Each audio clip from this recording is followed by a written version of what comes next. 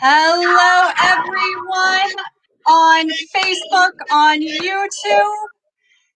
Welcome to our first ever rescheduled Speaker Series Live. Thank everyone for your patience with us on Tuesday. For those who missed the fun times Tuesday evening, there was a bit of a storm system.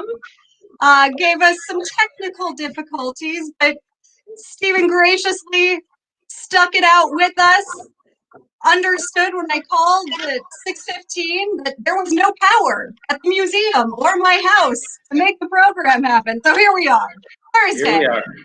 Yes. Happy Thursday to you. Thank you so much for joining us. I see we've got 6 folks already coming in. Oh, the numbers are going up. Welcome, everyone. For those who don't know me, my name is Bonnie Bird. I am the director at the Waukesha County Historic Society and Museum. And I am thrilled to be able to host this evening Steven from the Sheboygan County Historic Research Center. We've already got our first love, getting us the love there. Thank you for that. So we'll wait a minute or two to make sure everyone's tuned in. I know that live video link can be a little difficult to find on Facebook sometimes. The YouTube link is there on our page as well. Mike, good to see you, leaving some comments for us. Thank you. So a little bit of what's going on for us at the Waukesha County Historic Society. Still continuing with these digital programs. Glad to see you. If anybody's interested too, next Thursday is our History Club in the afternoon. We've also got some special exhibits we're working on for next year.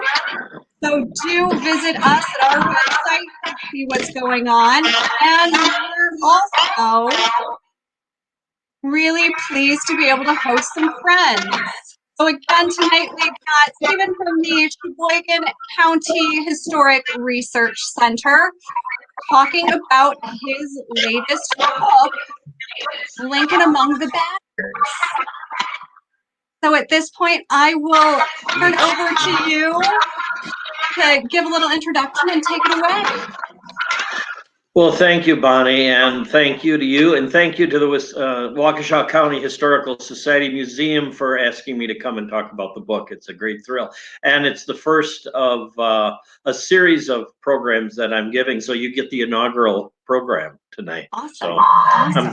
I'm thrilled to death to be here, and I'm glad that Waukesha is no longer out of commission or out of fire, and we're back in operation. So I'm really happy, and I thank all the people that are showing up out there on Facebook and YouTube.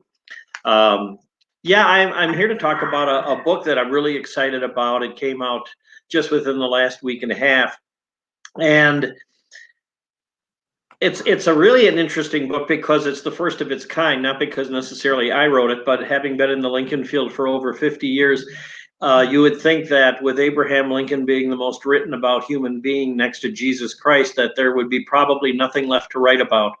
That we would, and yet, because people like me don't have a life, we sit and collect Lincolniana for 50 years, and I realized a little bit ago that I had so much stuff in my files in my house just on the Lincolns in Wisconsin that I thought, geez, I think this would make a really fascinating volume. And so I spent the last 2 years putting it together.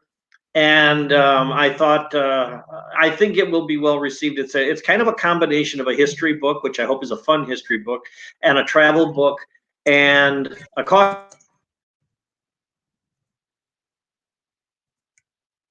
I thought I'll just do a PowerPoint tonight, a little bit about the book, and tell you a couple of really what I think are unique stories about some very unusual Wisconsinites and what they did with their lives. All right, well, I will let you get your program pulled up, and then I'll take myself off the screen. Enjoy, everyone. Well, the book is called Lincoln Among the Badgers, Rediscovering Sites Associated with Abraham and Mary Lincoln in Wisconsin. It's a large book. It's about 384 pages, and you can get it. I'll give you the link at the end of the program, but it's published by the Sheboygan County Historical Research Center. So what I want to do tonight is tell you a little bit about this book. One of the things that's interesting is we have a great history of Lincoln in Wisconsin. Some years back, I was fortunate enough to serve as secretary of the Wisconsin Bicentennial Commission for Abraham Lincoln's birth. And we put up some markers around the state. This one here is in the one out by Pleasant Prairie near Kenosha, and in the rest areas in the visitor centers. So if you see some of these around at some key rest areas, they came out of that commission work. They're interactive and they have some maps and pictures, but they're not necessarily complete. So what we know about the Lincolns in Wisconsin is that Abraham Lincoln was here twice, and Mary was in Wisconsin 3 times. Lincoln first came in 1832 as a 23-year-old militia or volunteer soldier in the Black Hawk War. And though he was marching and serving for about 2.5 months in northern Illinois, he ended up coming through Beloit, up through Janesville near Fort Atkinson, and was mustered out of service near Whitewater, Wisconsin. He came back in 1859 when he was invited to speak at the Wisconsin State Fair. And also during that time, he had received an invitation to speak at Beloit, and then spoke one more time, rather impromptu, in Janesville.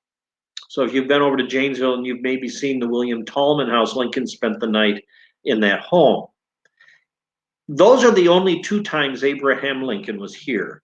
After he was here in 1859, he was elected to the presidency about a year later, and then, of course, went to the White House.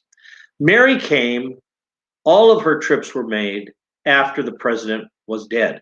So she came here 2 years after Lincoln's assassination. She was living in Chicago. She came here initially to Racine, where she spent about 51 days.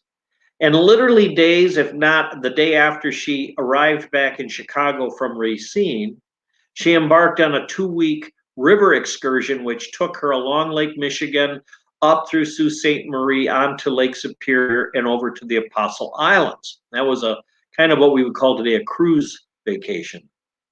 And then she came back in 1872 and stayed a better part of a summer in Waukesha. And after leaving Waukesha, she headed over toward Madison. We know she was actually in Madison, and she probably visited Baraboo and saw Devil's Lake at that time as well. So those are the times that the Lincolns were physically in our state. So what's in this book? Well, one, like I said, it's a history, travel, and coffee table book combined. It has 384 pages of text, maps, and illustrations. There's 31 separate essays about some really unusual people, some unusual places, and some unusual events. The Lincolns are the thread, but I like to think that these people, the book is really about these unusual Wisconsinites that really are prominent in our history. The stories behind all of the Lincoln monuments and markers in Wisconsin are in this book.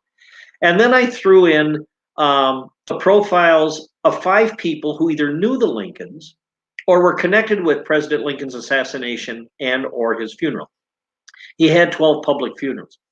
And the criteria for making this book was everything in this book is a place that people can go and actually still visit. It's either a site, a building, a marker, a monument, or a grave. It's a wide variety. For example, like I said, every site can be visited. So you see like the Charles Niehaus statue on the left that's in Kenosha. You see the little marker there that's at 13th and Wells in Milwaukee, down by Marquette.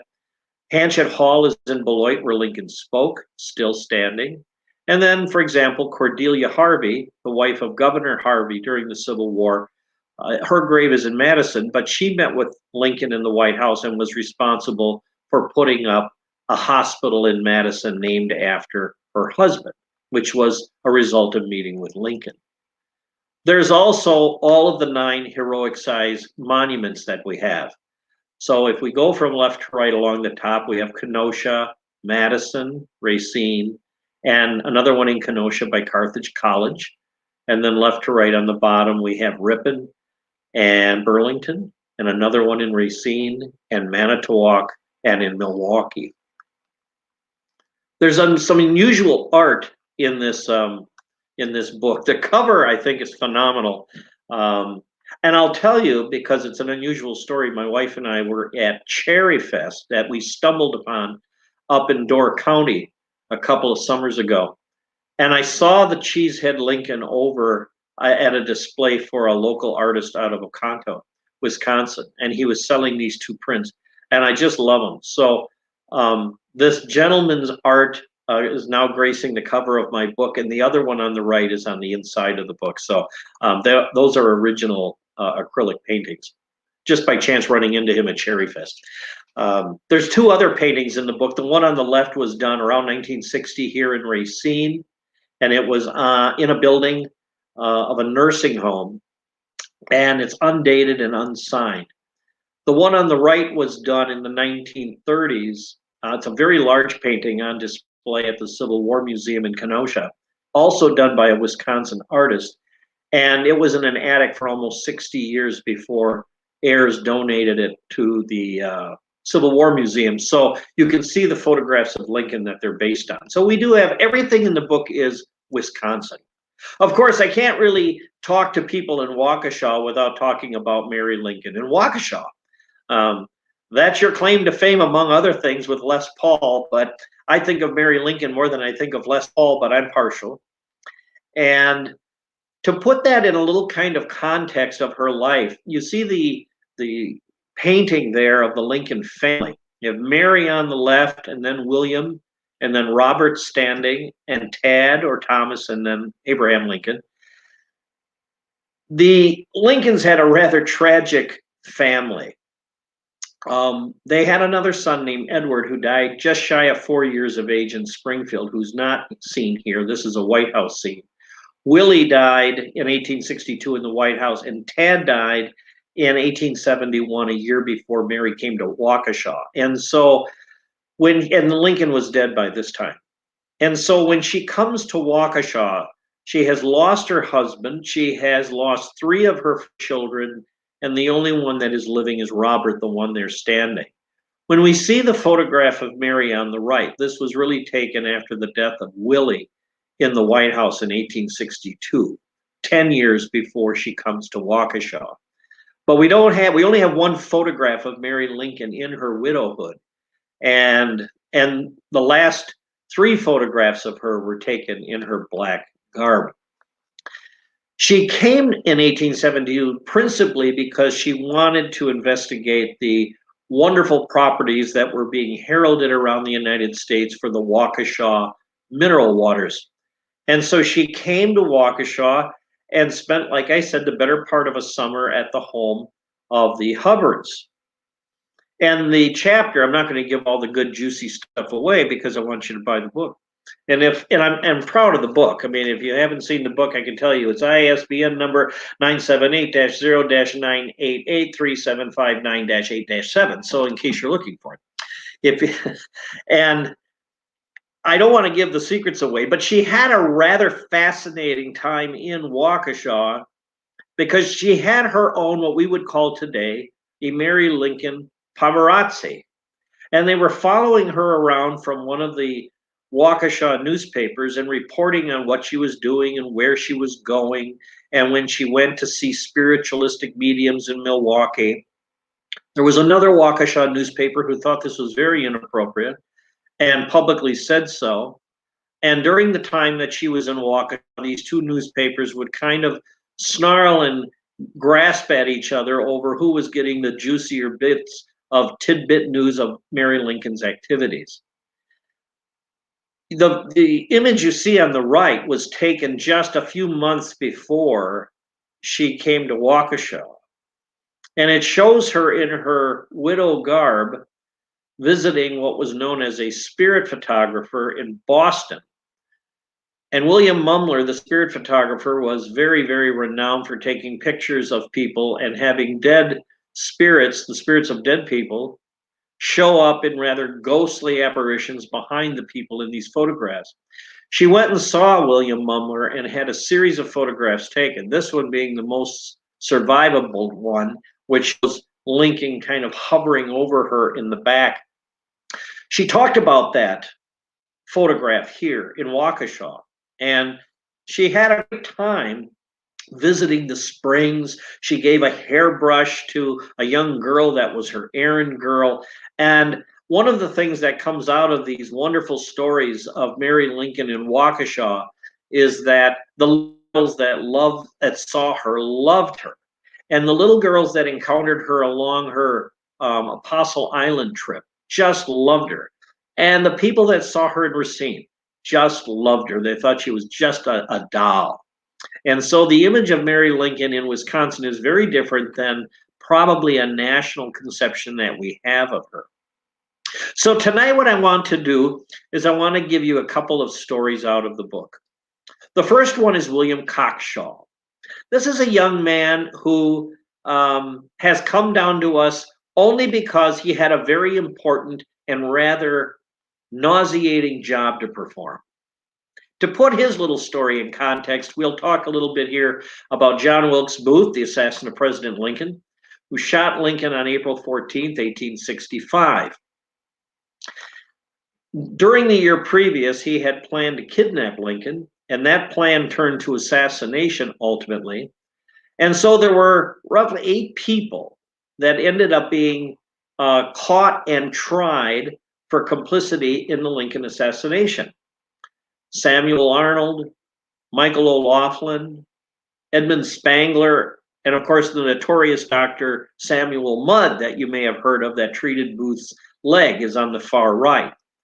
These people here received licenses, and they were all sentenced to the Dry Tortugas, which is off of Florida's coast on what is called Devil's Island. So you may have seen some movies in the 1940s about Devil's Island. It was about the incarceration of Samuel Mudd. There were 4 other people, however, that were found guilty and were hung. Mary Surratt on the left, who ran the board conspirators met. Lewis Payne on the second from the left, who attacked Secretary of State Seward that night in bed with a knife and darn near killed him. David Herald, and on the right, George Atzerodt, who was assigned the job of assassinating the vice president. So this was not just John Wilkes Booth killing Lincoln. This was a plot to decapitate the entire Northern government by assassinating 3 of its top men.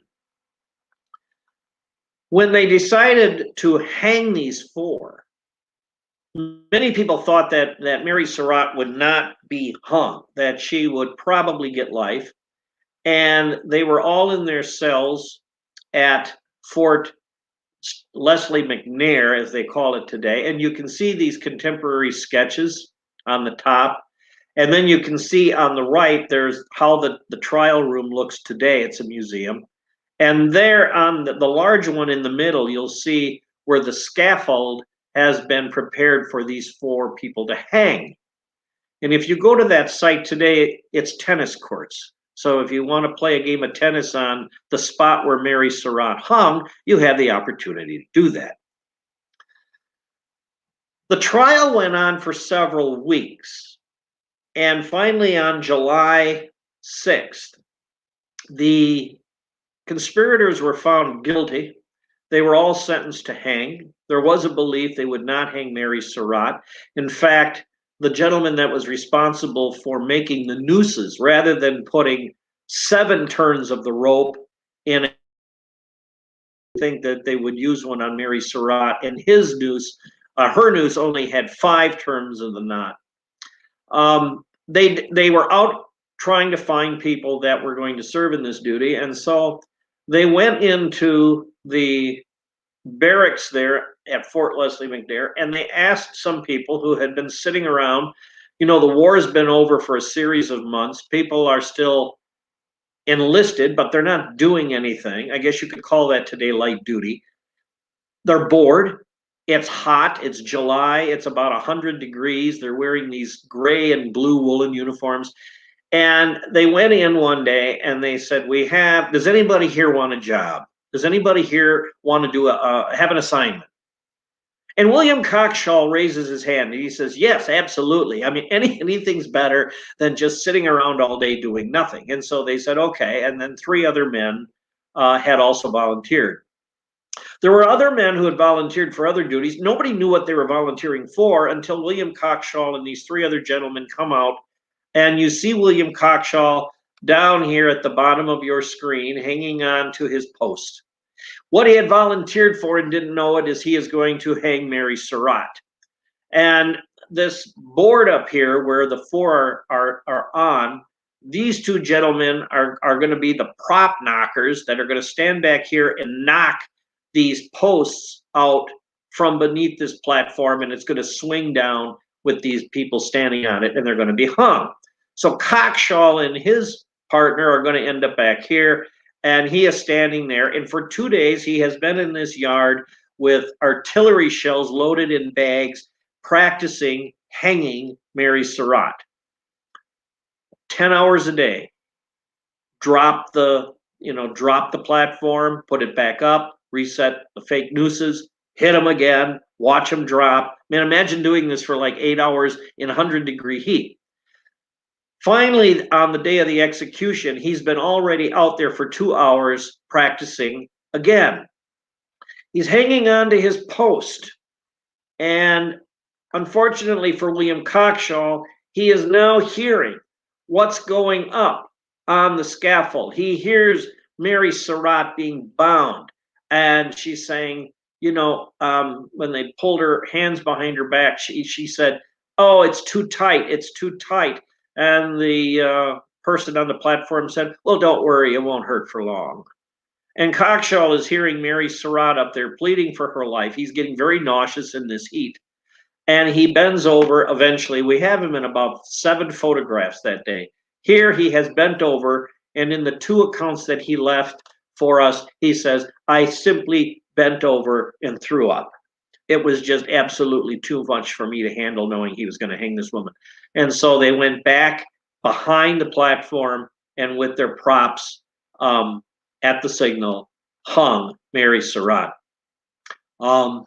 Alexander Gardner, which was the photographer that was there that day, who was an assistant to Matthew Brady, had set his camera up in a building opposite and photographed a series of photos that day. You'll see about 2 or 3 of these images of the body still swinging at the end of their ropes. And finally, there are ones where the bodies are still. They were simply, and they were left hanging for half an hour, and they were taken over to 4 graves that were off to what would be our right. They marched the conspirators right past their own graves. They were thrown into these graves in the clothes in which they were hung, and a piece of paper with their names on it were put in a bottle and thrown in with their clothes and in pine boxes, and they were buried. William Coxshall was from Beloit, and William Coxshall is buried in Beloit. And so the man who was responsible for executing the very first woman by the federal government is buried in our state. He never gloated about it. As a matter of fact, in the accounts that he left and in the interviews he gave, he said, it was such a deplorable task, a nauseating task, that we were just glad when it was all over. But he was proud of the fact that he did his duty and he served, but he said it wasn't anything that anybody would have volunteered for had they known what it was for. But, like most of us can relate to, don't ever volunteer for something you don't know what you're going to get. Well, that certainly would have been the story with mine in the book is William Henry Noble. This is a picture of him, and Henry Noble was not part of the assassination. He served, he enlisted in the Civil War. He's from Manitowoc. He served starting in 1862 when he enlisted at the age of 25. And 2 months into his military career, he was severely wounded to the point of being disabled, and in Kentucky. And so he was sent north to Washington and became part of what was known then as the Invalid Corps. He was basically going to be doing that for the duration of the war. So he spent pretty much 3 years in Washington on light duty doing a lot of paperwork because he could not physically fight. When Lincoln is assassinated that night on April 14th, Noble was initially picked as a possible participant in going out and looking for John Wilkes Booth as part of the posse, but he was quickly reassigned to something else. That something else turned out to be an attachment to Lincoln's funeral. On April 17th, he was part of soldiers probably marching down Pennsylvania Avenue to the White House that day. The state funeral was set to take place in the East Room. They had soldiers all over the White House grounds. Now you have to recognize this is not these choreographed, orchestrated things that we see today. They were somewhat undisorganized affairs. In Noble's case, he must have been around on the White House lawn with hundreds of other soldiers that were marching down Pennsylvania Avenue. He never left a record of how he got handpicked, but another gentleman by the name of William Durgan left his account of how he got picked. And when I mean picked, I mean he was selected to be a pallbearer at Abraham Lincoln's funeral. They didn't have identified pallbearers. And so Durgan says that, he's standing on the White House lawn and all of a sudden his superior comes up and says, you've just been handpicked for duty. You're going to be one of the 8 pallbearers that's responsible for Lincoln's casket today and taking it from the White House to the United States Capitol to lie in state. And during the course of the next day or so, another 21 people were earmarked for this same task. So there was a total of 29 people that came out of the Invalid Corps, or what became known eventually as the Reserve Corps, the same unit. They just renamed it. But William Henry Noble becomes one of 29 people whose sole job is either to handle Lincoln's casket or march beside it in these 12 public funerals that were coming up, or guard the train. So here's the funeral route where it leaves Washington and it goes through Baltimore, Philadelphia, New York. It ends up going all the way up through Buffalo. Then it ends up coming down toward Cleveland. It goes over to Indianapolis, goes up to Chicago, and then down to Springfield, Illinois. This was the 2-week, 12 public funeral, Lincoln funeral pageant, 1,700 miles, and it was going to be done by train. This was the train car actually that held the casket, and you can see these are 3 of the 29. This is another gentleman of the 29.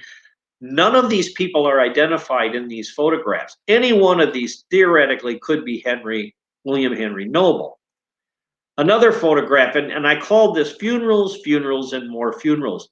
Every city had its own hearse. So every city tried to outdo the preceding cities with the ornateness and just beauty of creating a hearse. So in this particular case, this is Philadelphia's, and this is Columbus, New York.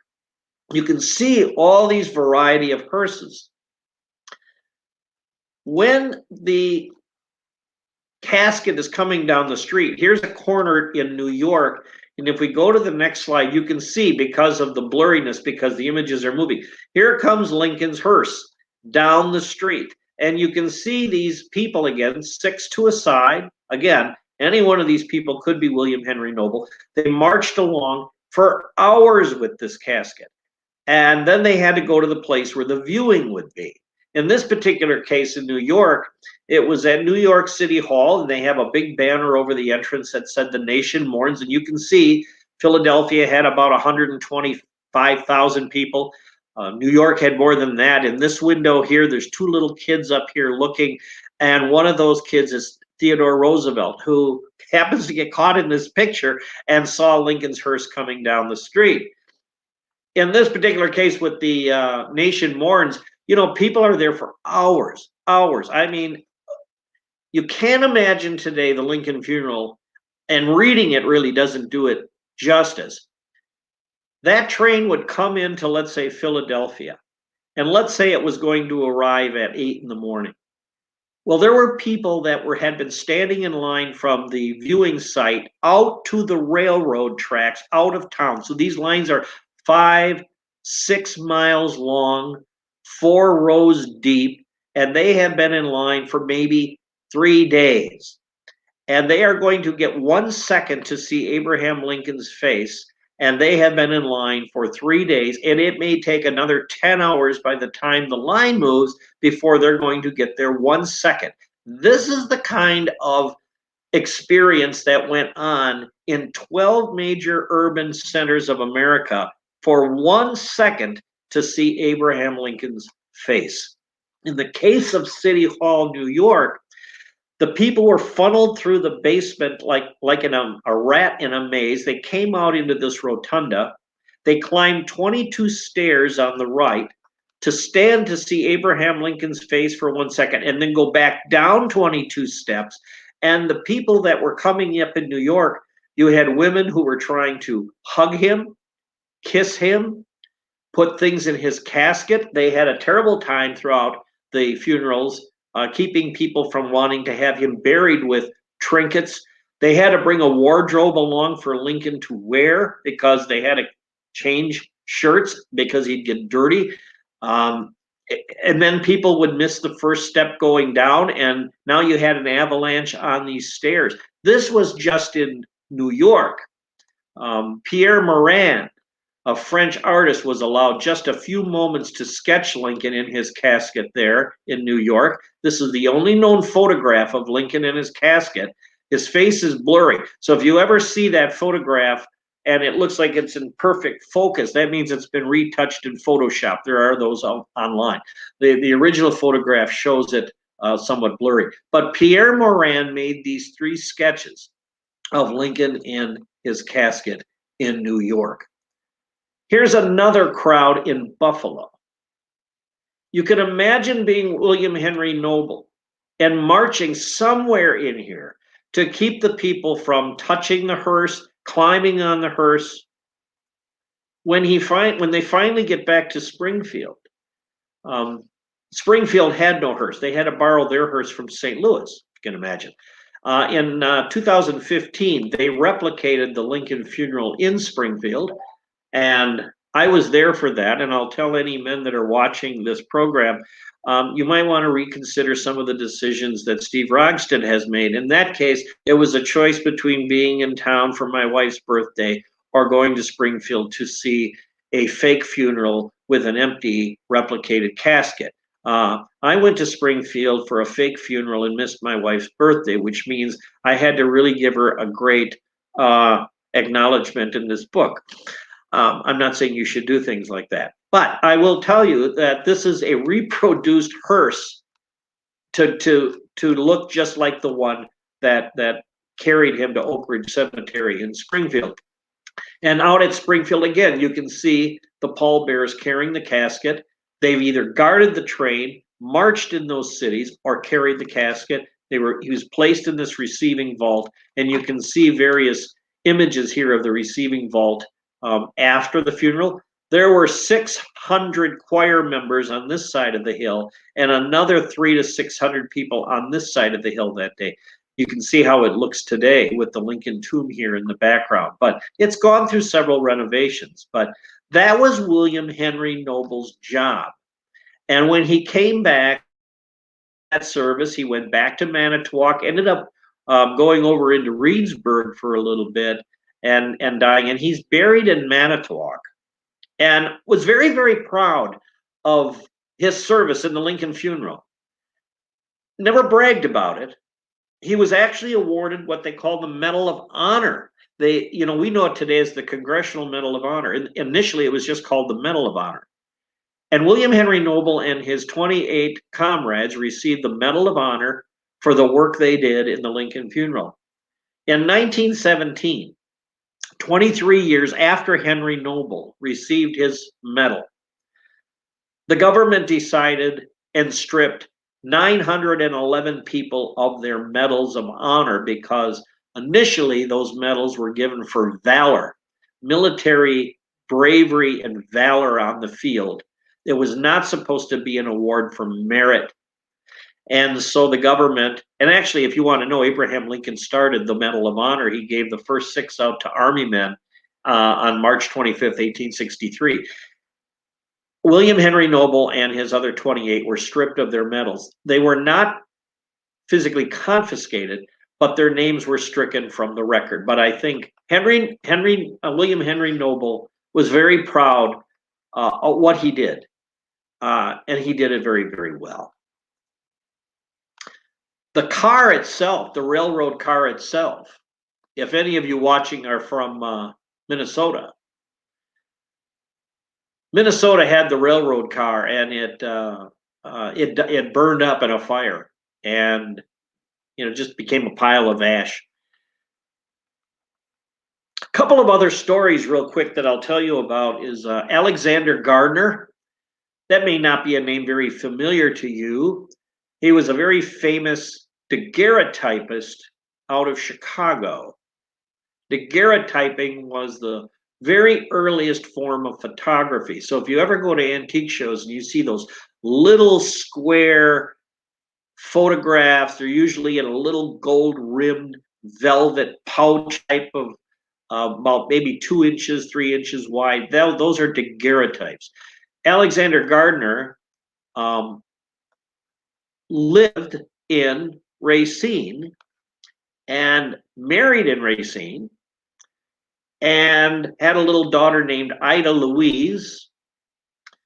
And he eventually left Racine and went over to Galena, Illinois with his wagon full of photography equipment. And he would enter his pictures that he took into competitions over in Europe and won several awards for his photographic eye and the way he could capture images.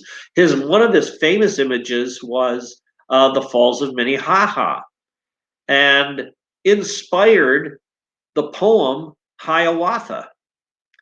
And he ends up in 1857 having a very ornate studio in Chicago. People would go there to have their picture taken.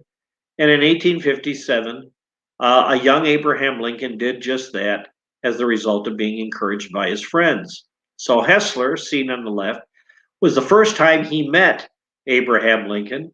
There's a couple of different versions of why Lincoln's hair looks so disorderly. One is Hessler attempted to mat it down and make it look good. Lincoln said, it wouldn't look very much like a true image of me if the hair was, combed very well. So he ran his hands through it and mussed it up, and that's the way the photograph was made. It wasn't a very popular photograph, especially with his wife. So 3 years later, when Lincoln was running for the presidency, they said, well, who could take some really good campaign photographs of him? And they thought immediately of Hessler. And Hessler said, well, Lincoln said, I can't come to Chicago. I'm in the middle of a campaign. My timetable just won't permit it. If you'll come to Springfield, you're more than welcome to take some photographs. And so Hessler did that. He went to the old state capitol building, which you can still see in Springfield. And in one of these 2 rooms, I believe it's in one of these 2 rooms on a Sunday, Hessler backed Lincoln up against one of the walls near one of the large windows, as he said, and took a series of images which have become absolutely famous of the beardless photographs. You see one here. Here's really fixated on. And of course, the 2 most famous ones, these were taken there in those rooms in Springfield. These particular photographs were commercially sold, and each one of these photographs sold in excess of 10,000 copies. You think, well, why would anybody buy a photograph of Abraham Lincoln? Well, one, Buying photographs of military leaders and presidents was something you did. In fact, people in America at that time would have pictures of their president on their wall in their parlor or living room. And Lincoln, these were sold for that purpose. Households were hanging these up. And then, of course, there was not a lot of people did not know what Abraham Lincoln looked like. So imagine if you're going to elect somebody for the presidency and you've never seen their photograph. That was the case with Lincoln in many states.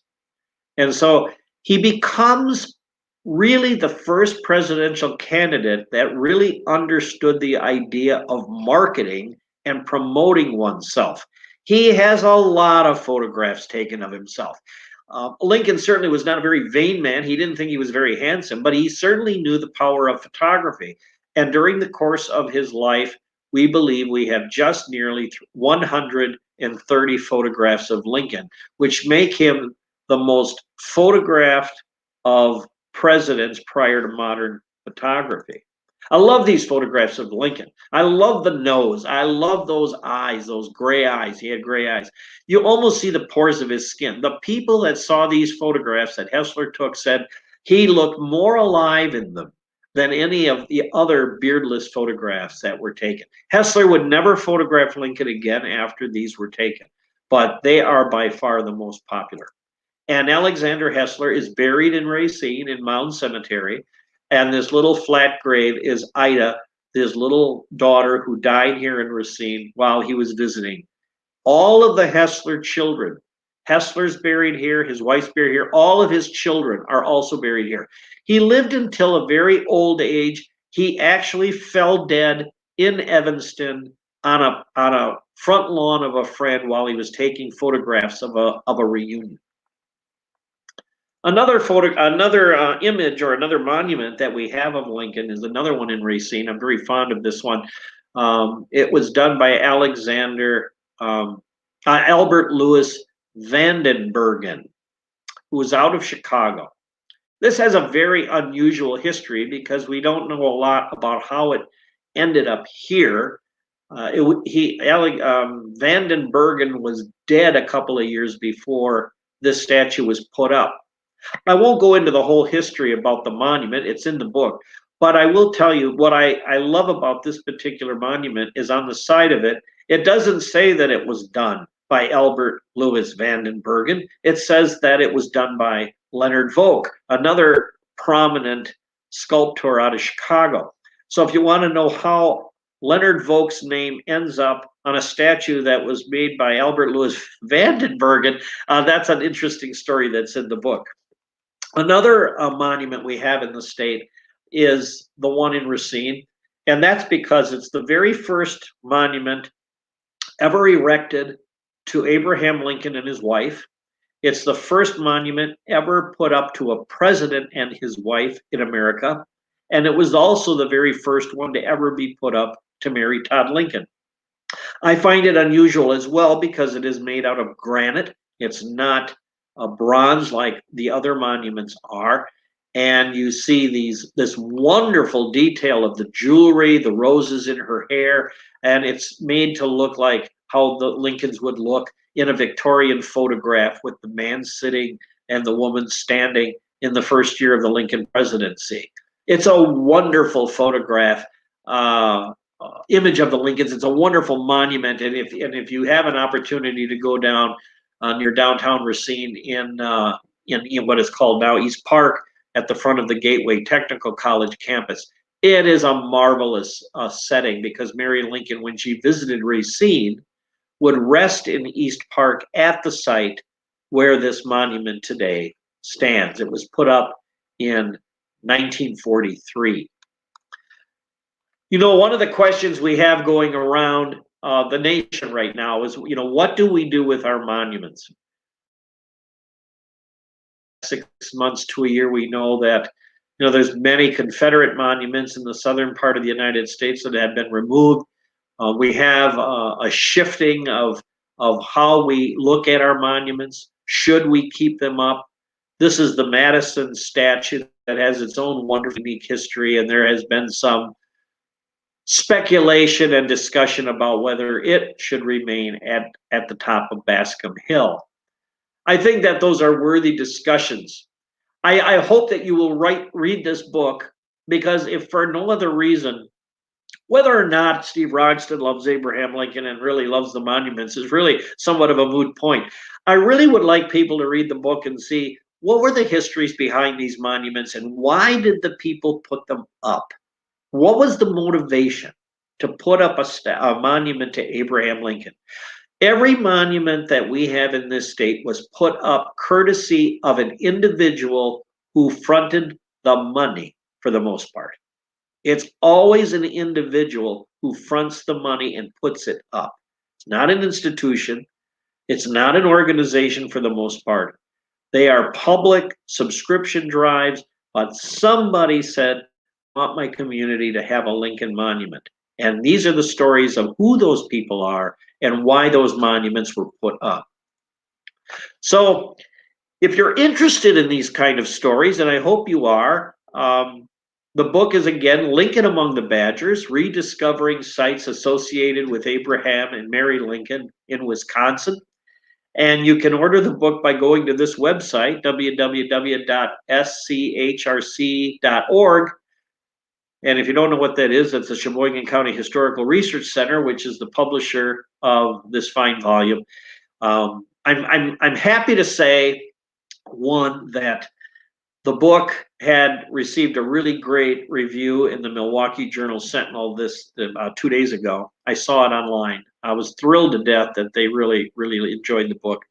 The other piece of news I can share with you is that Wisconsin Public Radio out of Madison has informed me that this week they are going to record 40,000 words out of the book, and for broadcasting under a program that they have called A Chapter a Day, which I understand is also carried by other Wisconsin public radio stations throughout our great state of Wisconsin. So I understand there's going to be an audio version, although they won't get the pictures. I think the pictures really kind of make the book. But I'm just thrilled and honored that Wisconsin Public Radio would say, we'd like to record 40,000 of your words and broadcast that out to the people of our state. Just thrilled. That's fantastic. Congratulations on that. Thank you. And it was pointed out at the beginning, my microphone's being disagreeable, so I'll try and keep it under control. But I wanted to share you're a bravo from Janet. Excellent presentation. A lot of glowing reviews. Thank you. I appreciate that. Thank you, Janet. And thanks also for tuning in. Someone, Orlean, a truly loving wife to allow you to go to Springfield. Yeah. Absolutely. Well, I tell that story in the acknowledgments, and you're right. Writing a book is very interesting. It's you're alone. It's not a group activity. You're in isolation a lot of times, and you have to go away if you're writing history and do research. And if you're me and you've grown up with Lincoln, I've been interested in Lincoln since I was 6. So when you're replicating Lincoln's funeral and you've written and read about it your whole life, you're going to be down there in the middle of, I think, if I remember right, I think they said there were 300,000 people, and I was one of them that went down for that fake funeral. But I missed my wife's birthday, so I'm telling you, you have to have a loving wife to write a book. Yeah, absolutely. I don't know how anybody else could do it. So you mentioned you were 6 when you first kind of were bitten by the Lincoln bug. Was there a particular moment or exhibit or book that hooked you? Well, I was at 6. It was a vacation that my parents took me down to Springfield when I saw the house for the first time. Actually, at that time, it was white with green shutters. Today, it's chocolate brown with brown shutters. But at that time, 1965, it was. We saw all the. I don't know. Why I got hooked on Lincoln at age 6, and then at 9,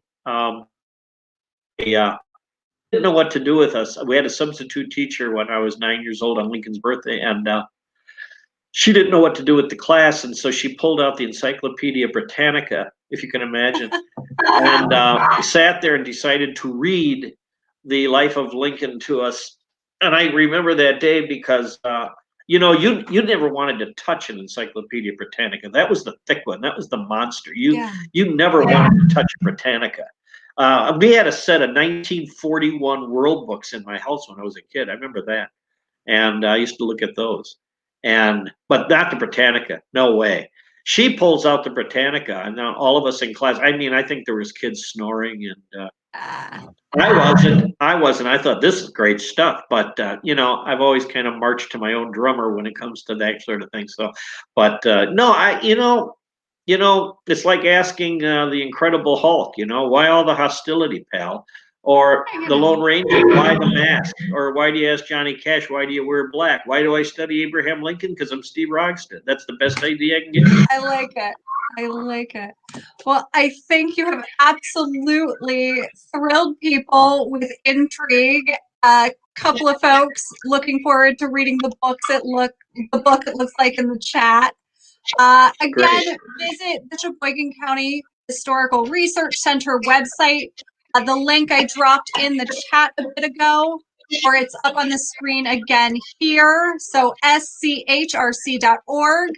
I'd also be remiss not to mention that for both of our organizations, 2020 has been a year. So if you are enjoying the program tonight, would like to support us, consider becoming a member, both of the Sheboygan County Historic Research Center, certainly the Waukesha County Historic Society. Members really have helped us, I know, get through this year, making sure we can care for the collections, have accessible archives so folks like Steve can come in and do research and make these incredible works, publish books, and we get to ride on the coattails behind.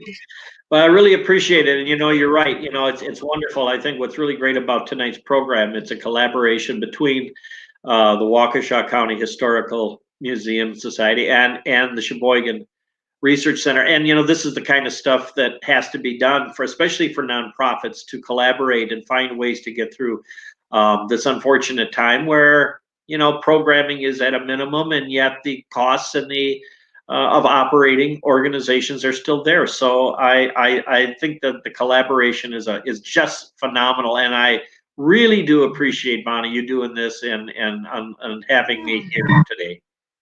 I think Diane sums it up. I need a book. Oh, I have some for you. Let me tell you. I'll sign it to you too. All right. Well, if anybody has any questions, do drop them in. We've got Orlean again. The next book may include a trip to the summer home in Lane. Is this a known trip then? I have to tell you, I received a message today from somebody that said, you know, I'm halfway through your book. Are you going to write another? You're going to write like Lincoln Among the Badgers 2? And I thought, I just got done. Yeah, I just got done, and I'm kind of enjoying marketing this one a little bit and talking about it. But I actually did sit down in my room and wrote out a table of contents for a Lincoln Among the Badgers 2, because I was sitting here thinking, you know, if I wrote number 2, now what would I put in that one? And there's 31 essays in this one. I don't think I got up to 31 for the second one, but I could write a sequel to it. But I got to tell you, I'm not chomping at the bit to do it. I'm really kind of enjoying this one at the moment. So yeah, we'll let this one hit bookshelves first. Yeah. All right. Well, thank you all very much for tuning in tonight. Again, Steve, thank you so much for joining us. Thanks to everyone watching. Do, again, get the book, become members of our organizations. We really do appreciate all the support you guys show us 2020 and in 2021. Looking forward to more opportunities to see everybody. Thank you. Have a good evening.